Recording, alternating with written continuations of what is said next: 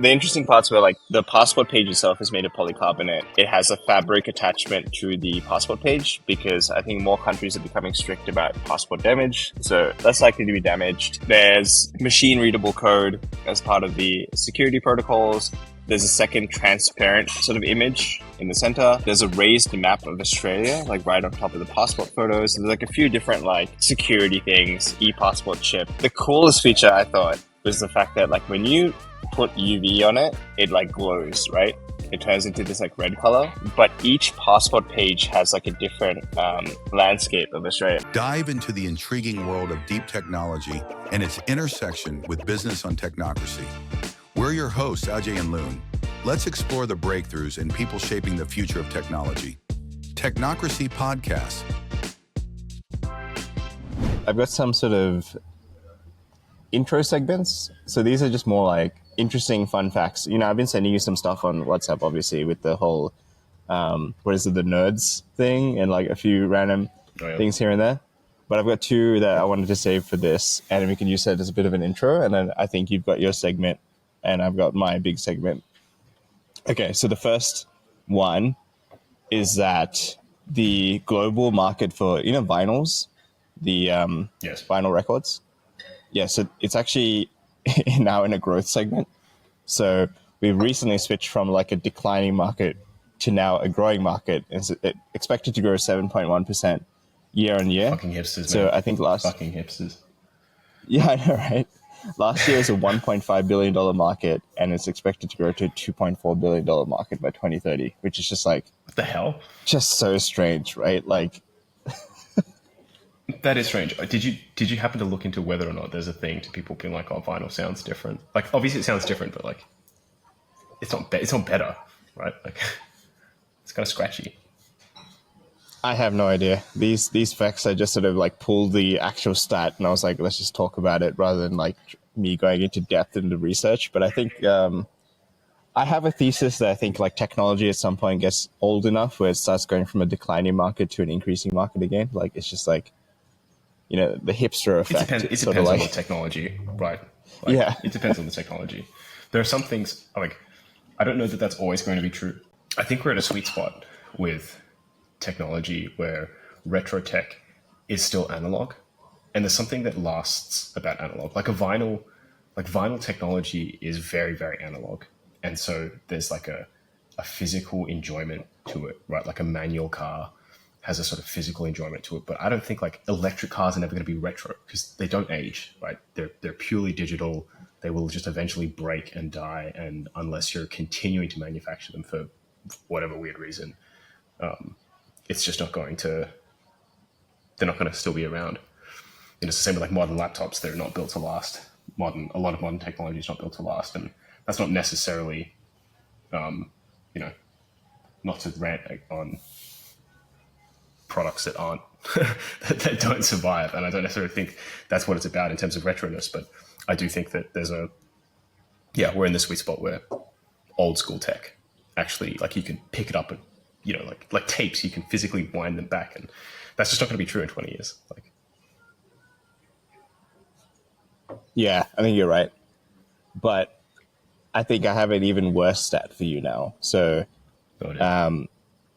did you know that like San Francisco's transport agency, their core system still uses 5.25 inch floppy disks? for what? Like all their data storage and like the core systems all run on floppy disks. And the new initiative or like the innovative thing that they're trying to do now is by 2028, they want to be floppy disk free. That's the groundbreaking change that they're currently going through. And it's going to cost them $212 million to do this like transformation. And so just like, Wow. I don't know.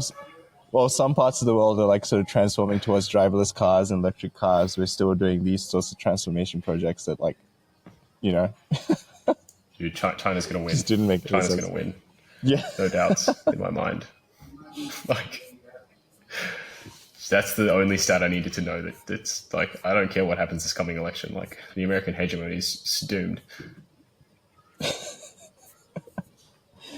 Yeah, anyway, I just had those two old school tech sort of stats around vinyls and floppy disks. I just thought it was like so strange that needed to be called out in some sense, right?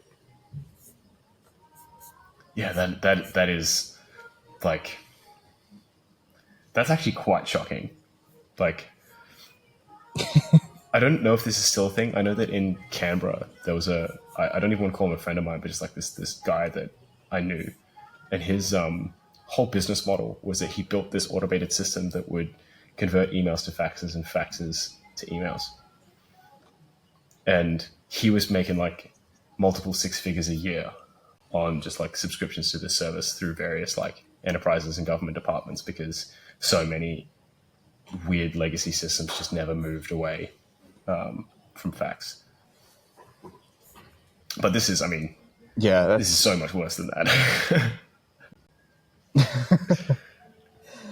yeah. The faxing is still bad, but I guess because it makes sense. Like it's really hard to move from legacy systems if you build everything around it, right? Like you think about even the road rules and traffic systems, and we have to rehaul a lot of that if you go to driverless cars. Like you even need traffic lights at some point, and like I think, yeah, transformation projects are difficult. So I can appreciate the hard part, and I can also somewhat appreciate this San Francisco train thing because you have a system that works, and it's like that mentality of okay, if it's not broken, like why fix it? Why waste taxpayer money on it? So, the trains are still running, I guess. So, yeah, That's a fair point.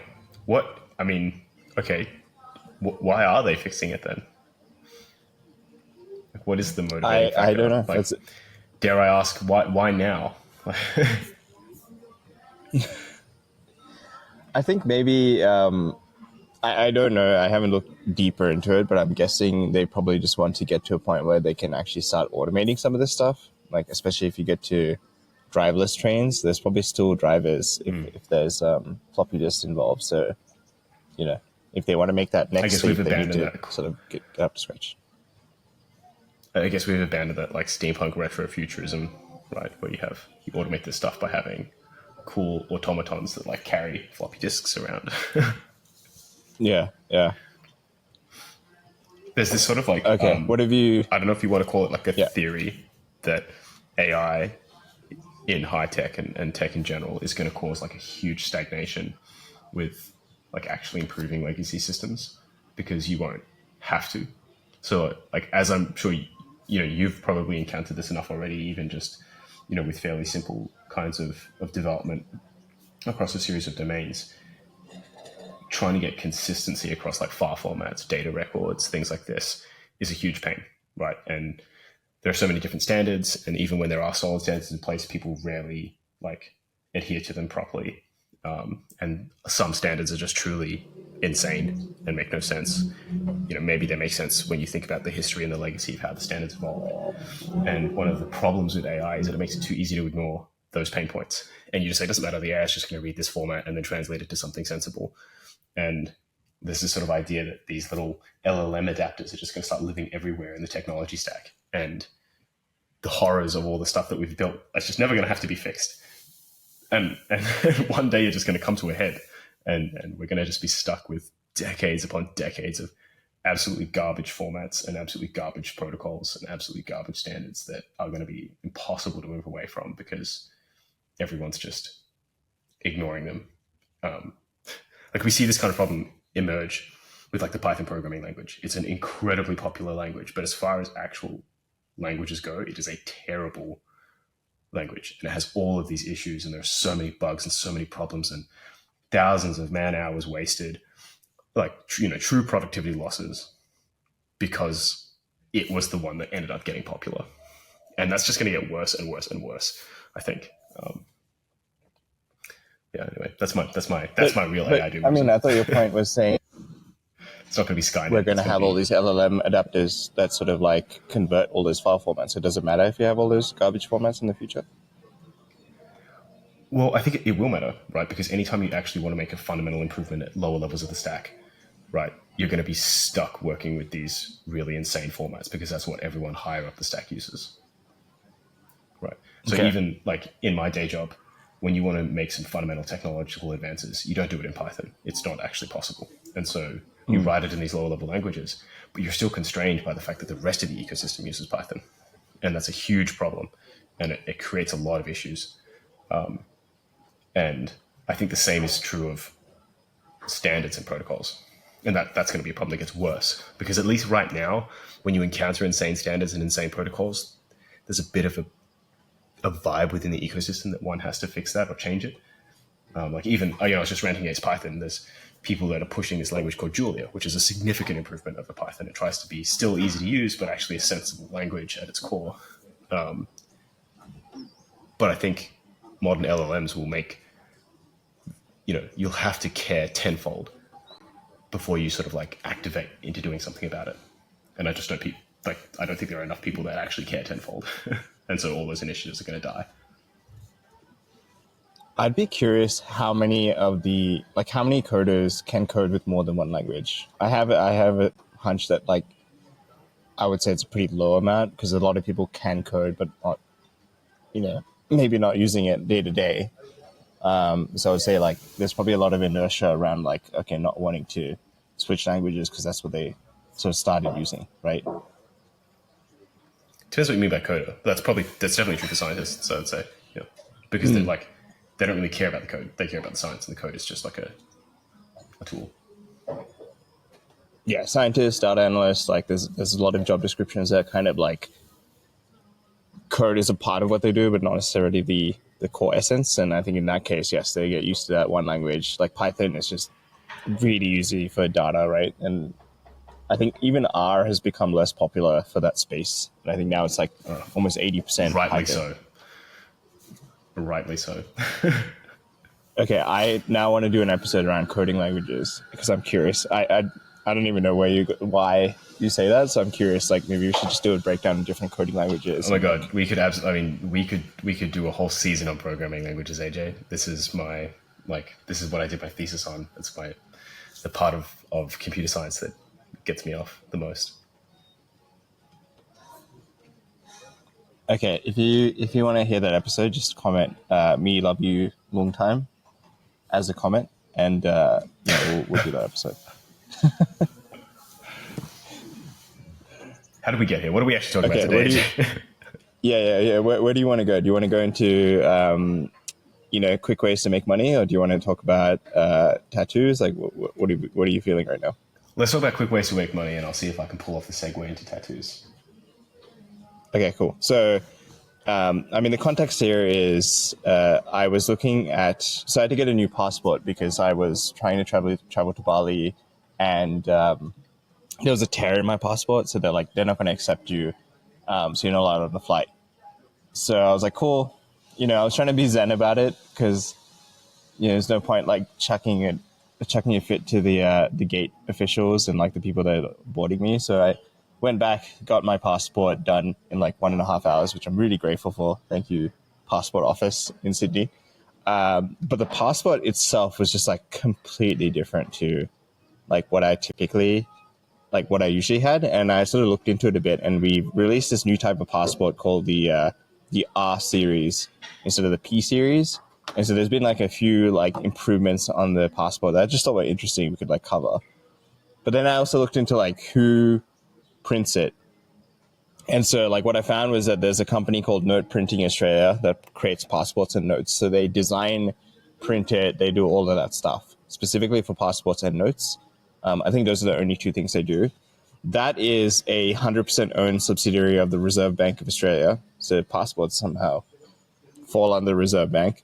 And Reserve Bank is 100% owned by Commonwealth of Australia, which I guess makes sense. But I just thought it was interesting that, I guess they could have put note printing under here, but they put it under the RBA. So that was just a weird point I noticed about company structuring. Then we get into the passport. I was talking about the R series passport, which is the new series. The old series is P series, which I think you have. You would have the P series passport, right? The old one. I don't know, 2020. If you don't have if you don't have a polycarbonate passport page and fabric in it, then probably on the P series. Because I think this came Mint. out last year. Yeah. So if you really want one, you can pay the $500 to get a new passport just for the sake of it. But the interesting parts were like the passport page itself is made of polycarbonate. It has a fabric attachment to the passport page because I think more countries are becoming strict about passport damage, so less likely to be damaged. Um, there's machine readable code as part of the security protocols. There's a second transparent sort of image over here in this little corner, sorry, in the center.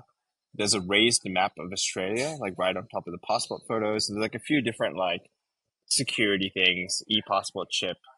The coolest feature I thought was the fact that like when you put UV on it, it like glows, right? It turns into this like red color.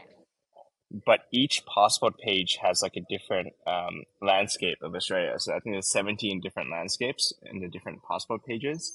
And when you shine UV on it, it actually turns into a nightscape. So this is what the UV version looks like. And I Oh, thought that that's was sick. I sick. have not tried it.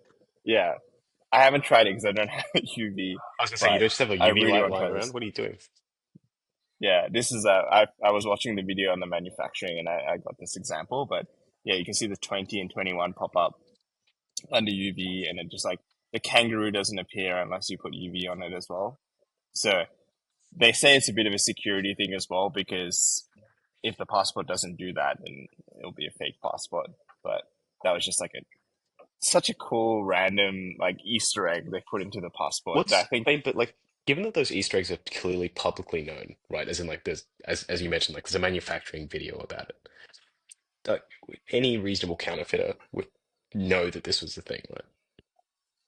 correct. I still think that the manufacturing process is quite difficult. So Mm. I couldn't find a video on the manufacturing process of passports, unfortunately, but I did find a breakdown of manufacturing videos of money, the new Australian money. I don't know if you've seen the new the cash. Let me show Yeah, you our new monopoly money, this one. yeah. Yeah, this one versus the old one. It looks like this. So there is detailed videos on the manufacturing process of money, which I thought was interesting. My one takeaway was that it sounds so difficult that like I don't know, a counterfeiter could try. It's just very difficult to manufacture this. But I think if someone had the motivation, they definitely could figure out a way, I Well, think. I mean, a lot of the core technology that's required to do them, so it's not just incredibly complex manufacturing, but a lot of the technology that's used to do that manufacturing is highly regulated. Like the kinds of printer tech that you need to even Mm, build the printers that can print money, you're not allowed to buy them. Like there's like a few yeah, groups that are allowed to make them, and they're only allowed to sell them to governments. So it's like it's very, very like not just technically hard, but also just like hard from a tendering perspective. 100%. But I'm about to give you guys a tutorial on how to make money if you wanted to. So, I guess before I get into the manufacturing process, I wanted to cover the new Australian money. So the $5 note I think came out 2017, so a while back. But they slowly were releasing the notes, and I think the $100 note came out in 2021. So it's still fairly recent, and I still think they're trying to circulate it out. I think it's mostly converted to this new type of money, but the old one is still acceptable if you have it. So there's a few security things I thought were really interesting, and again, this is one of those things where I didn't notice them until I like looked at this list and said, "Oh, cool!" Like I didn't really realize that. So the old money has all of these different things: so polymer substrate, clear windows, which I'll talk about the clear window as part of the manufacturing process. Um, and then there's like a few sort of special prints. So see-through registration device. So this is like a diamond-shaped pattern, shadow images, um, intag- intaglio print. That is something that's used actually across the world for different types of money. And basically, it's like a raised print for the font. So the 5 or the 10 has a bit of like a raised print, and it has a very special feel to it. So um, if you've noticed, maybe sometimes if you give money to people, they'll like feel it a little bit. They're like feeling for the intaglio print and also the surface quality, because you can kind of tell a little bit Interesting. what it's like. Do you know Yeah. how intuitive that is? Like, My only example, like my only sort of understanding about this is that um there was this meme going around for a while about that guy that like feels the ball that's used to decide what is 1 kilogram, and he just does it by hand. He literally just feels how round it is and can detect bumps that are like nanometers in size, like on that kind of scale.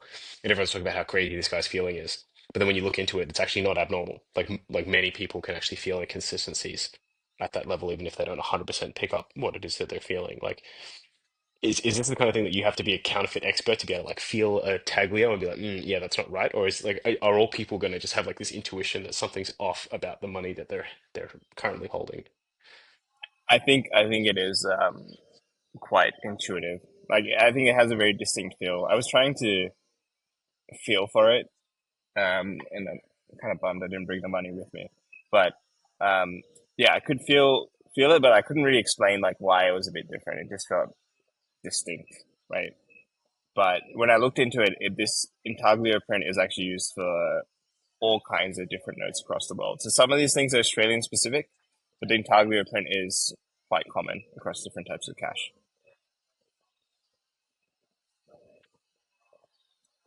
And then we get to the new money. There's just different types of security things. So the flying bird I thought was interesting. So it moves its wings when you like tilt the money back and forth, which I thought was cool.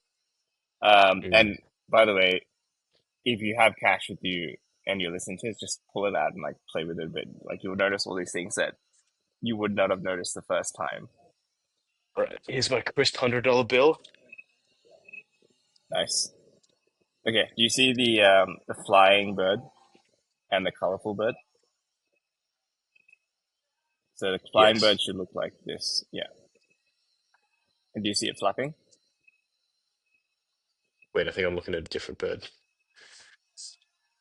There's two birds. There's the colorful bird that changes colors slightly, and then there's the flying one that sort of flaps its wings.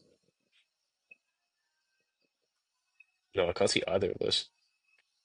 So this one is Maybe my money's fake. Is it sitting on the clear print part or? yeah, it should be both on the clear print. So you can see in the ten Oh dollar yeah, note, yeah, you yeah. can see this one, and then Yeah, I the can see colorful the. one right underneath it. Yeah, yeah, The patterns might be different because I think the one I have is based on the $5 one, like the examples. So yeah. 100 Mine might looks be like different. a flying owl.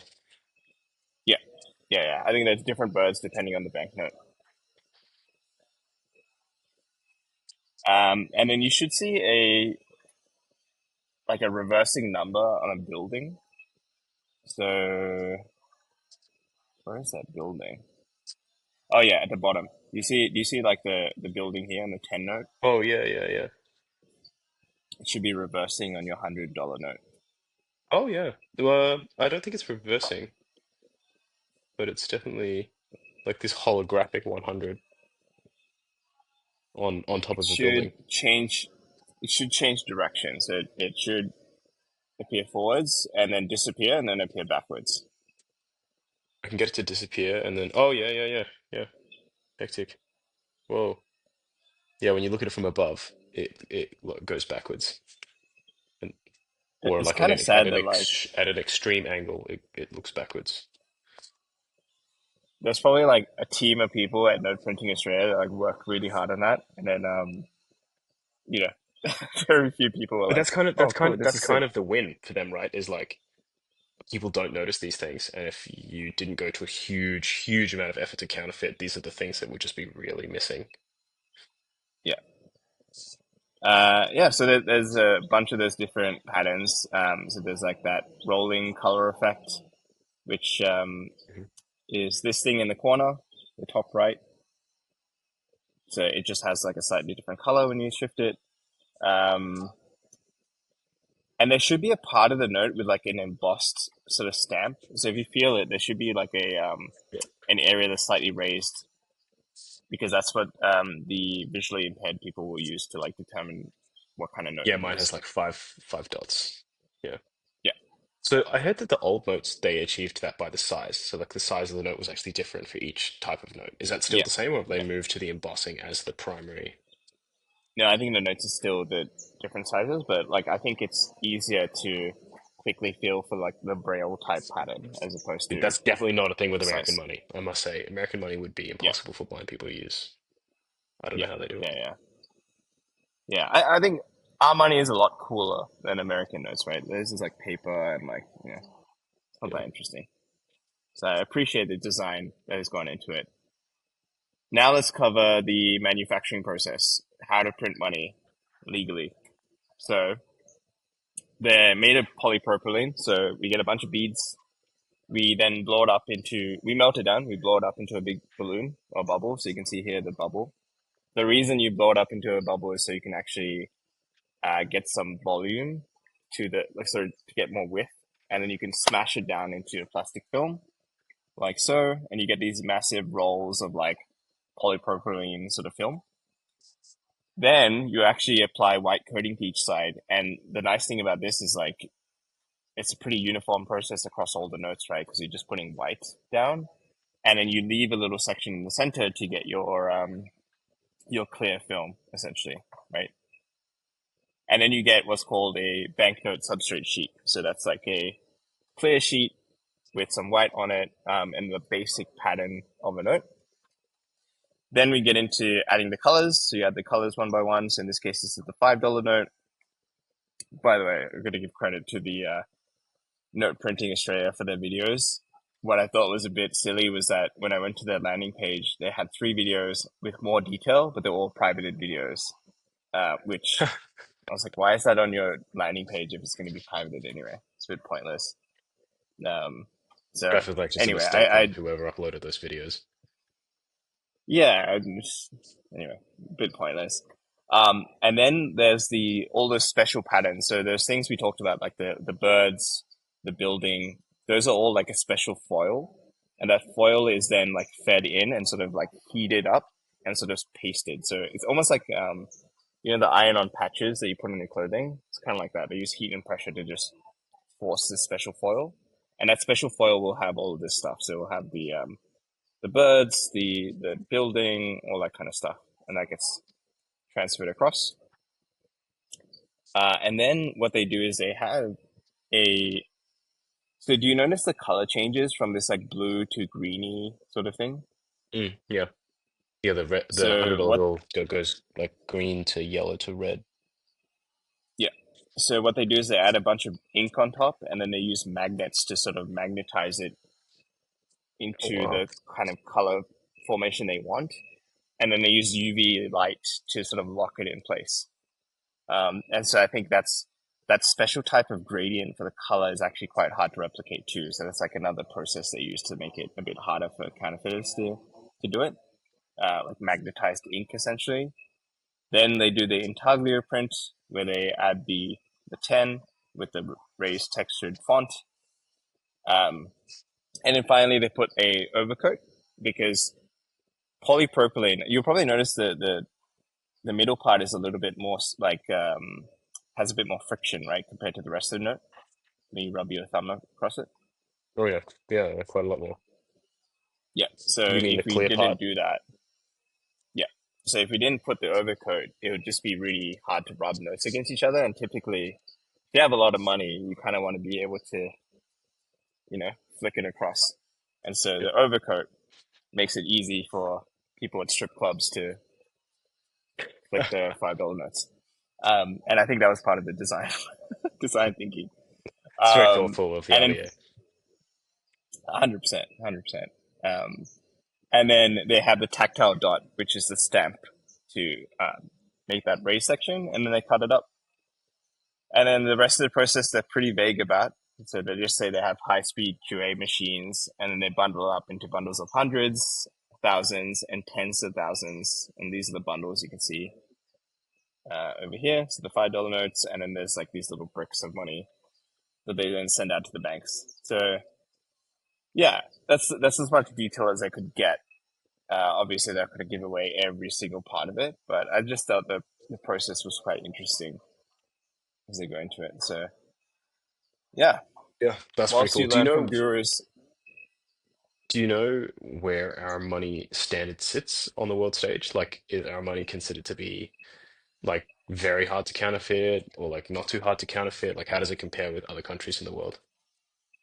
So I haven't looked into it explicitly, but I think just having traveled and looked at money myself personally, and I'm sure it's the same for you, like we probably are very high up there in terms of like the difficulty to counterfeit and the security systems we place. Like if you use American money as the benchmark, like we're way above that, I'd Yeah. say. And not only that, but like American money is really hard. Like it's very impractical. One thing I'll say about Australian money is like I've never worried about dropping a wallet in water or like my Mm, money getting damaged if it's in my pocket, where I've destroyed, I've helped fight inflation in America through the number of dollar notes that I've destroyed by leaving them in my pants when I put them in the wash. And they just come out like just clumps.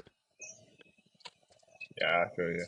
To be fair, I put my rupiah like while I was here in the wash, and I thought it'd just be gone, but it was the only difference was it was just discolored, like some of the color faded from it.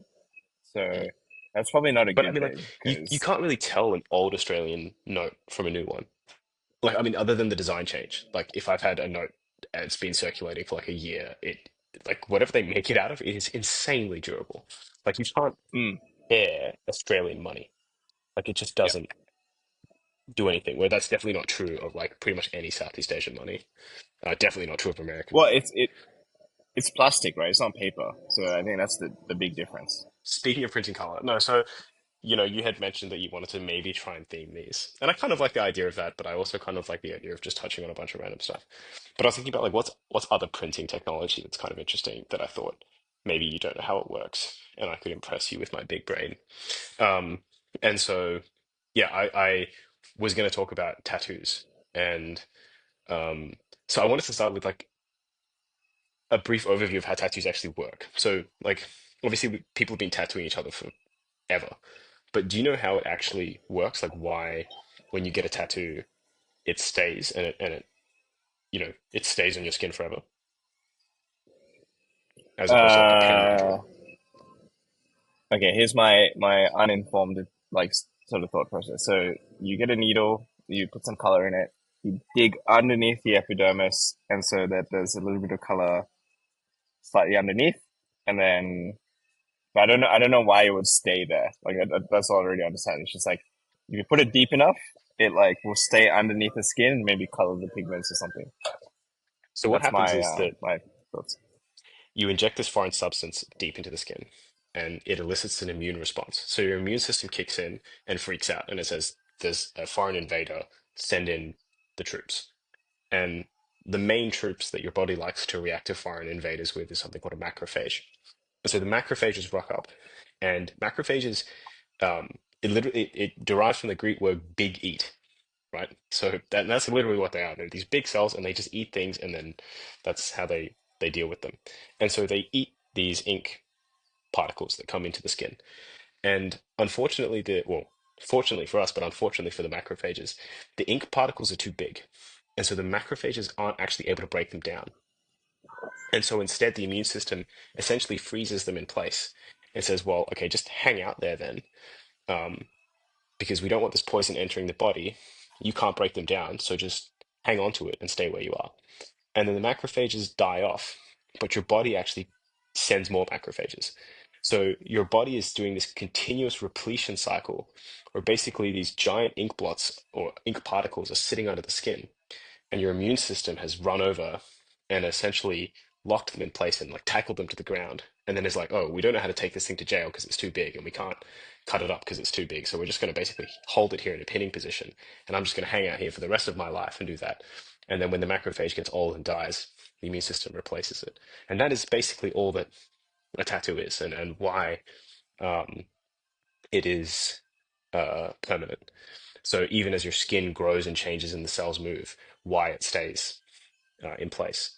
And so why tattoos fade over time is because over time, some of these ink particles slowly do break down and break off into little chunks, and those little chunks become, small enough that the macrophage can actually absorb them and destroy them. And so around the edges of the ink particles, you get little particles breaking off and they start getting absorbed and you get a blurring. It's also why really fine art tattoos don't last nearly as long because the finer the ink, the finer the striking, then the smaller the particles that you're getting injected into the skin, and the faster your body's going to cycle them away. So is that process different to when you know how there's like cell death to sort of like seal in a disease sort of thing? You know what I mean? Like when It's very different from that. Yeah, it's a totally different. okay, okay. So a macrophage is just yeah, it's a different type of cell from that process, and it's not dying. It's actually explicitly trying not to die and hanging onto that ink particle for dear life, but it's just staying in that one spot.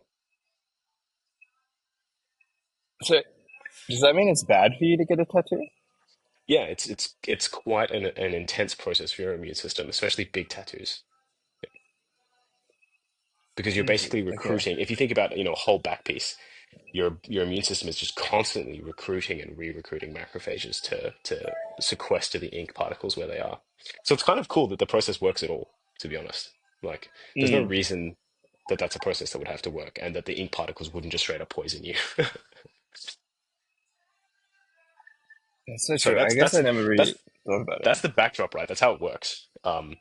And obviously, like, big needles hurt and they do more damage and they're higher risk of infection because you're causing quite large wounds and they're going to cause increased scarring. Small needles, you're getting smaller particles, but it's going to hurt less. But you can go deeper. So it's, you're making this trade-off with all the different types of needles. Um, it's why some tribaling techniques are actually better because although they're a lot more painful, if you're inking, you usually don't care too much about scarification unless you're doing really, really large tattoos. Um, but the larger the ink particle, the harder it is for it to break down. The less blurry you're going to get, the longer the tattoo is going to look really, really good. Um, so that was the extent the extent to which there's really any technology that's worth mentioning when it comes to tattoos. So what I wanted to talk about was how tattoo removal works. So Actually, that was going to be my next question. So I'm glad you covered that. I was like yeah. literally just thinking like, okay, then how does a laser get rid of it? Okay, cool. I'm glad you So brought what do that. you think like one of the oldest techniques for tattoo removal would have been? My intuitive thought is like just peeling your skin.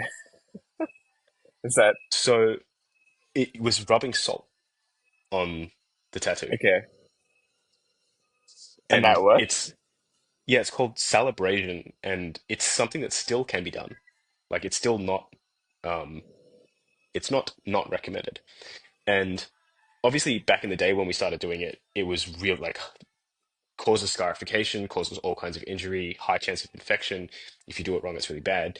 It's a process that you have to do very slowly over a long period of time. But basically, you use salt and you rub it into the tattooed area. And there's something about the salt imbalance that helps you pull the particles out from underneath the skin, but you really have to rub past that first superficial layer of skin. So you're basically giving yourself a massive rash by abrading away the top layer of skin so you can get to that underneath layer. And then the salts are kind of like picking up the ink particles and helping pull them out or helping break them down. And as you can imagine, that can cause a huge amount of scarring if you're basically rubbing your fucking hand against or your skin against asphalt, but salt.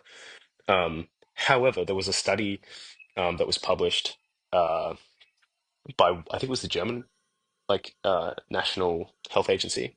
I lost my notes because my laptop died halfway through recording this, but and they actually found that if you do celebration right, you can get what they call adequate to good enough effect without any scarification or wrinkling. Um, so if you actually apply celebration slowly enough and judicially enough over an extended period of time and you do it right, you can actually get acceptable to good enough results without causing the two primary issues, which is scarification and wrinkling. So that's the OG technique. If you really don't like your tattoo and you Wait, really so don't want to, is it the physical abrasion that's getting rid of it, or is it another process? it's both. So there is just abrasion where you literally just sandpapering off the skin that has the ink particles in it. That is a part of salivation, but there's something about the salt that helps actually draw the ink particles out enough so that people are actually experimenting with what they call reverse tattoos, where they use saline water and they re-tattoo the area using saline water, and it pulls out the ink particles. Mm, So it's a very physical. There's something about the salt that attracts out what's in ink particles. what is an ink particle? That's a freaking awesome question. I have no idea. Presumably, it's I don't know. Actually, we can look this up. Because I would assume it's like pot water, right? So I was thinking maybe there's some sort of like osmosis or like diffusion process happening where, yeah, I That's don't kind of know. my assumption that it's using a salt imbalance to like a salt gradient to cause the ink particle to move, um, which would require the salt to be slightly. Uh, wait, let me see if I can look this up.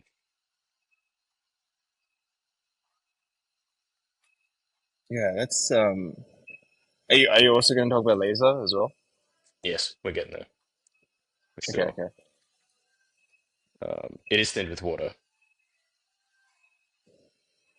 It's made out of pigments, carbon black, synthetic organic pigments, brightly colored azo Yeah, chemicals, ethyl, alcohol, and distilled water. Yeah, is mixed with it.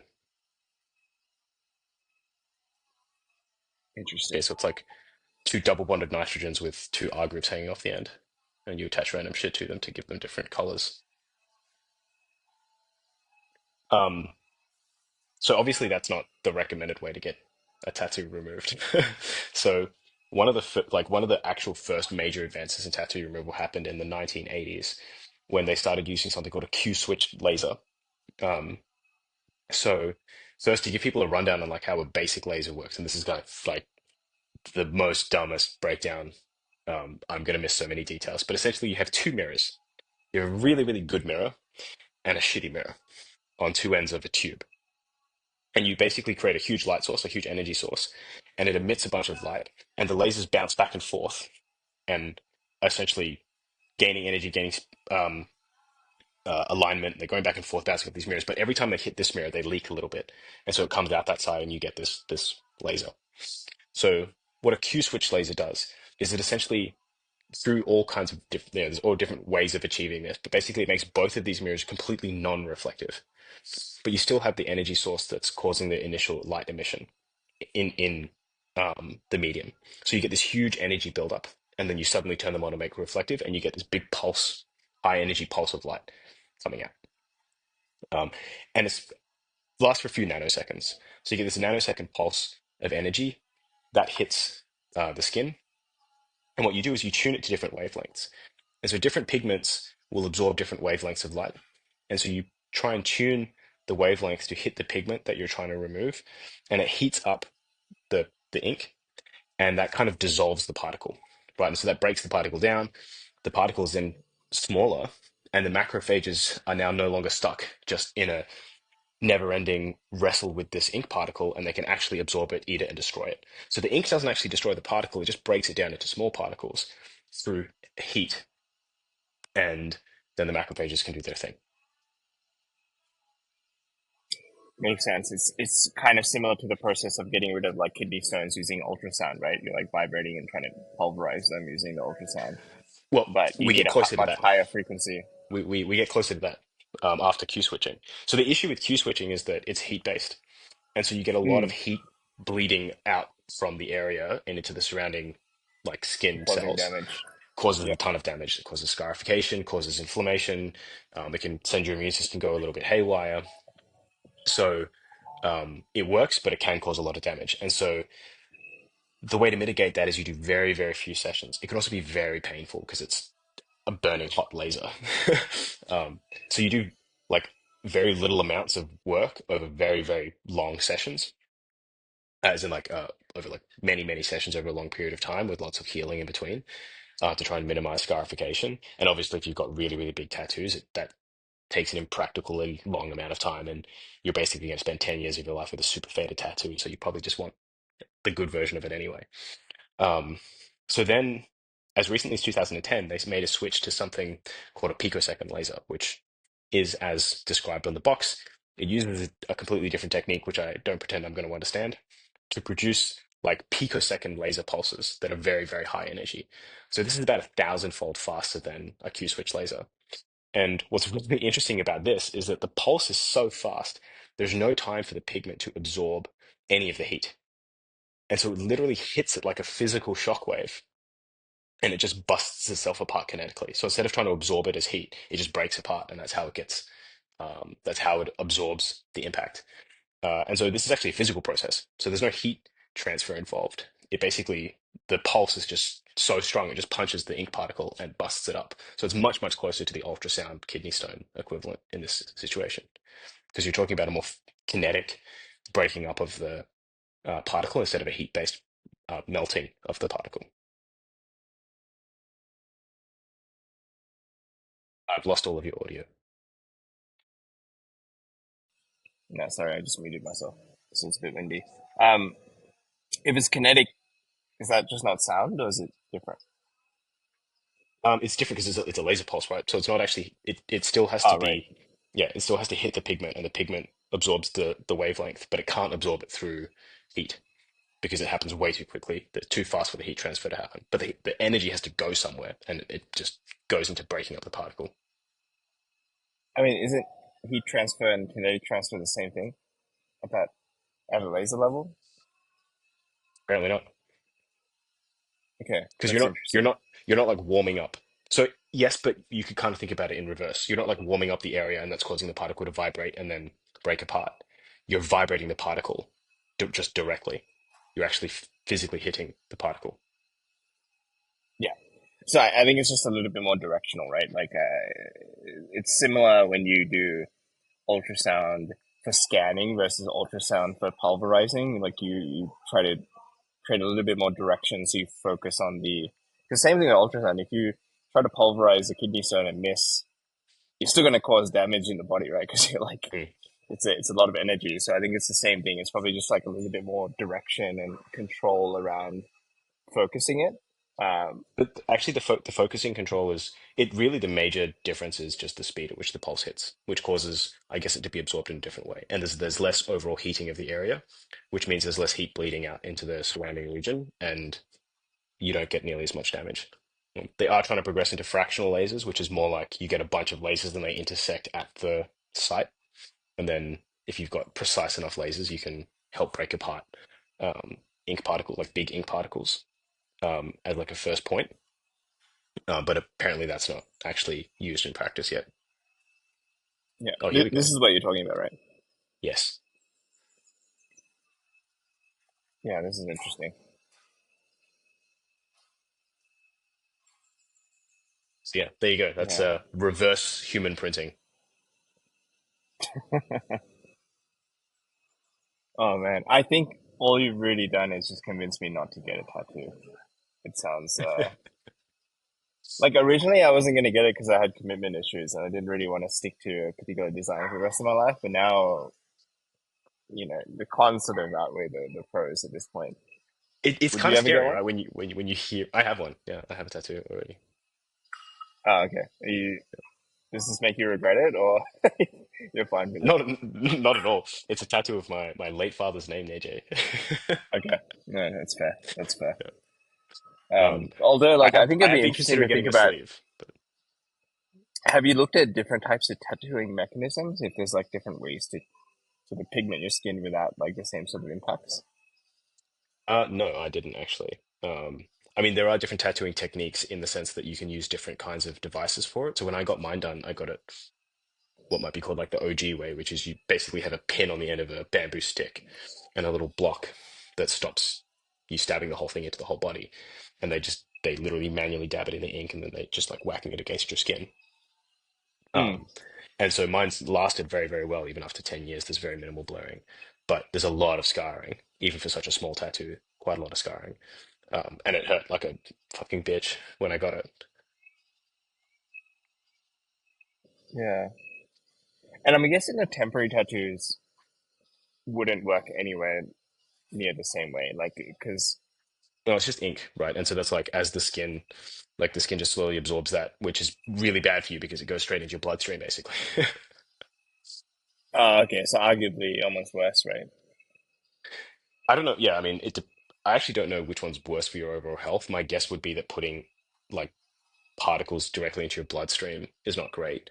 Obviously, that kind of ink is, reasonably safe. You'd have to have it in huge quantities for it to actually be unhealthy for you. Um, but the same is true of tattoos. Like, while it sounds like a scary mechanism that you like, tattoos are this constant living fight between the ink particle and your immune system, where your immune system's trying to stop the ink particle poisoning you, and it's not static; it's live. Um, they're like it's a living battlefield. It sounds cool and it sounds kind of scary, but it's actually pretty low key for your immune system overall, and it works really, really well. So I don't think either are particularly dangerous. Yeah, makes sense. Cool. No, that was really interesting. I did not know that at all about tattoos. So it's yeah, that was a cool segment. I liked it. Yeah, you're welcome. That'll be $20 actually. Yeah, can I get a tab? Is that cool? Because I feel like I'm probably gonna run a tab at this point with you giving me shit I haven't learned about. Yeah, but then I think you've probably taught me more actually. I didn't know anything about the money except that like I know that it was hard to counterfeit and that it's made of plastic and that it looks pretty. Yeah, me too. I think I've just been trying to follow random threads. The current thread I'm sort of following, I think I told you the fish economics. So I'm like Oh trying to yeah. trying to look into that right now. Just whatever captures my attention. Okay, I'm gonna let you do the outro. Oh dear. Take it away. Well, instead of giving me $20 for my cool fun facts, you can instead pay for this podcast by liking and subscribing and sharing it with your friends. So if you like what we're talking about and you want to hear more of it, please do subscribe and yeah, help us spread the love.